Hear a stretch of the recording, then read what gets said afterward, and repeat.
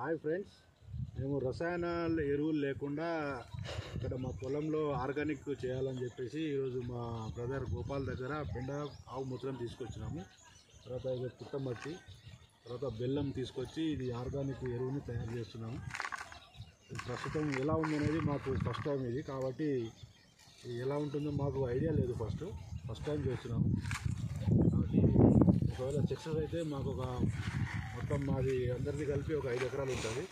దాని ఇదే విధంగా మేము కూరగాయలు, ఇంకా వరి, అన్ని రకాల పంటలు ఈ ఆర్గానిక్ ఎరువులతో పండియాలని మేము అనుకుంటున్నాము.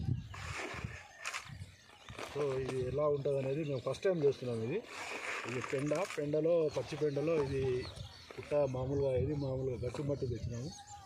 తర్వాత బెల్లము, శనగపిండి, ఇలా మరలా ఆవు మూత్రము అన్న కలిపి ఆర్గానిక్ ఎరువు తయారు చేస్తున్నాము.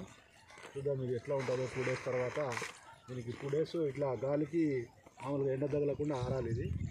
దీని తర్వాత ఇట్లా ఉంటుంది. ఇందులో చల్లేసి ఓన్లీ ఫస్ట్ కూరగాయల వరకు ఇందులో దీంతో పండిద్దాము.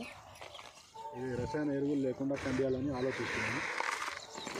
Okay, thank you, bye.